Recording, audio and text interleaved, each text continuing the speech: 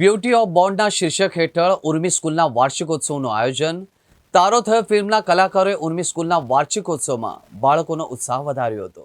Beauty of બોન્ડના નેજા હેઠળ ઉર્મી સ્કૂલના વાર્ષિકોત્સવનું આયોજન કરવામાં આવ્યું હતું, જેમાં પ્રી પ્રાઇમરીથી ચોથા ધોરણ સુધીના બાળકો દ્વારા રોજબરોજના ઉપયોગમાં લેવાતી ચીજ વસ્તુઓ વચ્ચેના સુંદર બંધનને દર્શાવ્યા હતા. આ કાર્યક્રમમાં બાળકોનો ઉત્સાહ વધારવા માટે આવનારી ગુજરાતી ફિલ્મ તારો થયો ના કલાકારોની ખાસ ઉપસ્થિત રહી હતી. હિતેન કુમાર, કાજલ ઓઝા, વ્યોમાનંદી, સન્ની પંચોલી, રીવા રાય તેમજ ડિરેક્ટર ધર્મેશ પટેલની ઉપસ્થિતિમાં ઉર્મી સ્કૂલના બાળકો દ્વારા સુંદર પ્રસ્તુતિ આપવામાં આવી હતી. રોજિંદા જીવનમાં ઉપયોગમાં લેવાતી ચમચી, છરી, બૂટ મોજા, કાગળ, પેન જેવા અનેક બીજાની પૂરક એવી ચીજવસ્તુઓ વચ્ચેના સુંદર બંધનને બાળકોએ નાટિકા તેમજ ફિલ્મ ગીતો દ્વારા પ્રસ્તુત કર્યા હતા. આ સાથે જ કૃષ્ણ અને સુદામાની મિત્રતાને પણ ભક્તિમય રીતે દર્શાવવામાં આવી હતી. ઉર્મી સ્કૂલના 400થી વધુ બાળકોએ આ વાર્ષિકોત્સવમાં પોતાની પ્રતિભા મંચ ઉપર દર્શાવી હતી.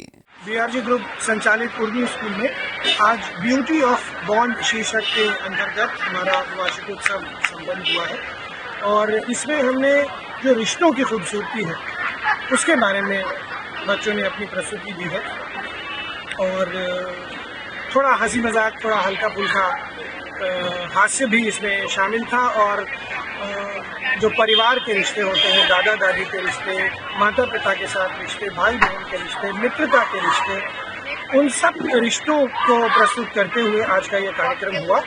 और इस कार्यक्रम में हमारा प्री प्राइमरी सेक्शन और प्राइमरी सेक्शन, बिकॉज कुछ सीनियर बच्चे भी थे जिन्होंने कृष्ण और सुदामा की मित्रता के ऊपर, उनके संबंध के ऊपर बहुत अच्छी प्रस्तुति दी. तो ये आज हमारा वार्षिकोत्सव सफल हुआ. નોર્મલી પ્રેમ એટલે પ્રેમ હંમેશા આપવાની વાત હોય ને, પણ જ્યારે પ્રેમ થઈ જાય ને એના પછી એ સંગાતને જીવવું એ મેઇન છે, એ વધારે પ્રેમ છે. તો આપણે ફિલ્મ દ્વારા એ વધારે કહેવા માંગીએ છીએ કે સંગાત વધારે જરૂર છે, સાથે રહેવું.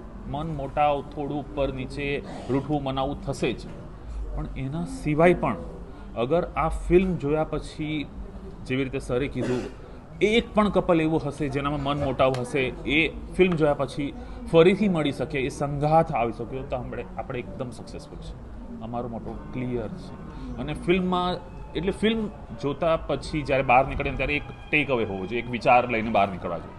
તો અમે એક વિચાર આપવા માંગ્યો છે કે આ વિચાર છે કે સાથે રહેવાની, એટલે સાથ કેવી રીતે તમે નિભાવી શકો, એ ફીલ કરાવડાવવાની વાત અમે કરી. એમને માટે મારે ખાસ એ કહેવાનું છે કે આમ તો દર વખતે તમે મને વધારે પહેલાં નેગેટિવ રોલમાં જોયો છે, પણ આ એમ કહીએ ને કે આંસોના ટોળામાં એક કાગડો કોણ,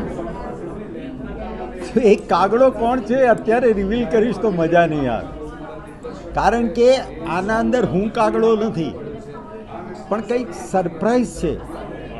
એ સમય છે, તમે કામ એમ કહી શકો કે એના અંદર લાઈફમાં કંઈ ન ધાર્યું હોય ને થઈ જાય, એ કાગડો એ છે. એ તમને જોવાની મજા આવશે, સમજ્યા ને? બાકી તો ખરાબ માણસ તરીકે જોયો જ છે તમે, આમાં મને કંઈક જુદા રૂપમાં જોશો જે મને પોતાને કામ કરવાની મજા આવી. અને મને પણ એમ થયું મારા 45 યર્સના મેરેજ પછી કે રિયલી આ ફિલ્મે મને પણ કંઈક શીખવ્યું, અને મેં મારી વાઈફને કહ્યું હું તારો થયો. ટફ કરતાં મજા જ આવી જાય. આઈ થિંક ટીમ જ્યારે સારી હોય અને તમારા એક્ટર્સ જ્યારે મસ્તી ના હોય ને, અને also Hiten sir and Kajal ma'am are friends. એ લોકો they say that they are friends since last 40 years. 40 વર્ષની ફ્રેન્ડશિપ છે, એટલે સેટનો માહોલ એ બહુ મિત્રતાવાળો હતો અને બહુ એ લોકો એકબીજાની એ લોકોની મસ્તી ચાલતી હોય, કે પાછા ડિસ્કશન્સ બી ચાલતા હોય કે આપણે આવું કરવું જોઈએ. So it was a very easy going માહોલ. અને ઓલ્સો એ લોકોએ બિલકુલ એવો માહોલ નહોતો કર્યો કે એ લોકો સિનિયર્સ છે કે અમને એવું ફીલ કરાવડાવે કે તમે અમારા કરતાં થોડીક ઓછી પિક્ચરો કરી છે કે એવું કશું નથી કર્યું. ઇટ વોઝ વેરી રિસ્પેક્ટફુલ કે તમારા કામને પણ અમે રિસ્પેક્ટ કરીએ છીએ. તમે આજ સુધી જે તમારું નામ કર્યું છે એનું પણ અમે માન રાખીએ છીએ. તમારી પાસે પણ અમુક એક્સપિરિયન્સ છે જેને માન આપવામાં આવે છે કે હા ચલો ધીઝ કિડ્સ, આ છોકરાઓ ભલે નાના રહ્યા પણ એ ઓલ્સો કંઈક લઈને આવે છે, એમનો એક્સપિરિયન્સ ને એમનું નોલેજ ને એવી રીતનું. તો જ્યારે કોઈ સેટ પર તમને આ રીતનું માન મળે ને તો ત્યારે તમને એવું લાગે કે વાહ ચલો મજા આવશે, કે તમને કંઈક બોલવાનો ચાન્સ મળે કે સર આવું કરીએ, પેલું કરીએ, આ કરીએ.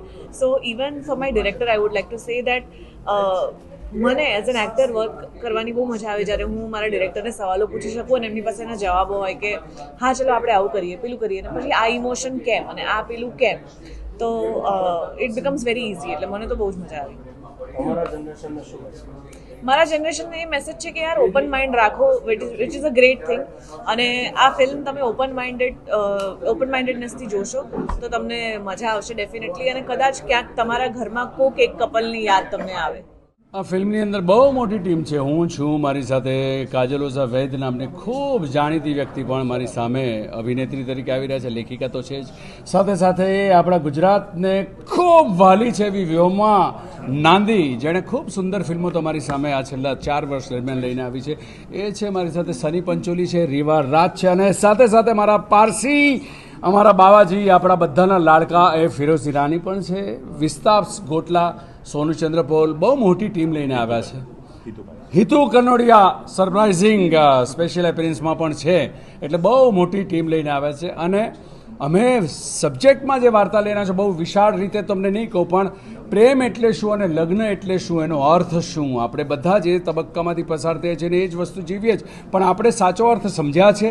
એ સાચો અર્થ શું છે એ હસતા રમતા ક્યાંક ભીના કરતાં કરતાં કહેવા માટે આ ફિલ્મ તમારી સામે લઈ આવે છે. આ વિષયની સાથે તારો થયો. ઘણી વખત એવું થતું હોય કે સોસાયટીની અંદર એક ટ્રેન્ડની અંદર લોકો અમુક ભૂલો કરતા હોય, કારણ કે એમની સામે એ રાઈટ વાતાવરણ ઊભું ના કરતા હોય અને લોકો કન્ફ્યુઝ હોય. ગમી ગયો એટલે પ્રેમ નથી, એકબીજાની સાથે ખેંચાઈ ગયા એટલે પ્રેમ નથી, એટલે લોચો તો થવાનો છે. પણ જો તમને પ્રેમનો અર્થ ખબર પડે કે પ્રેમ એટલે શું, એ કઈ રીતે સમજાય, તો એ કઈ રીતે સમજવું એ સમજાવવા માટે આઈધર તમારી પાસે નોવેલ્સ હોય, પુસ્તકો હોય, કે સુંદર મજાની ફિલ્મો હોય કે નાટક હોય એ વિષયની ઉપર કામ કરનારા, એ જ જવાબદારીની સાથે આ 4 પેઢીના પ્રેમની વાત કરું, જ્યાં પહેલી વખત 60 વર્ષની ઉંમરે આ હદે એકબીજાને પ્રેમ કરતા કપલ આપણે બતાવતો હોય, અને સાથે સાથે 4 એવી પેઢી પણ છે એક જગાએ આછકેલાપણુનો અને પ્રેમનો અર્થ સમજાશે કે લગ્નનો અર્થ, કમિટમેન્ટ એટલે શું. આ ફિલ્મ સફળ અમારા માટે ત્યારે થશે બોક્સ ઓફિસ સિવાય કે આમાંથી જોયા બાદ અમુક યુગલો પણ આ સમજી શકશે ને, તો અમારી સૌથી મોટી સફળતા હશે. કે એકબીજાની સાથે છૂટા પડવું તો સહેલું છે, પણ એકબીજાને બહુ અંગત રીતે જાળવી રાખવું આખી જિંદગી સુધી એ કેટલું મહત્ત્વનું છે. અને મને ખાતરી છે, મને 100% ખાતરી છે કે 10માંથી 5 માણસો એટલી સાતો સમજશે જ કે પ્રેમ એટલે શું, લગ્ન એટલે શું. અને એ લોકો આ ફિલ્મ જોયા પછી પોતાના ઘરે જઈને અથવા તો પોતાની સાથે જે પાર્ટનર છે એને ચોક્કસ કહેશે તારો થયો.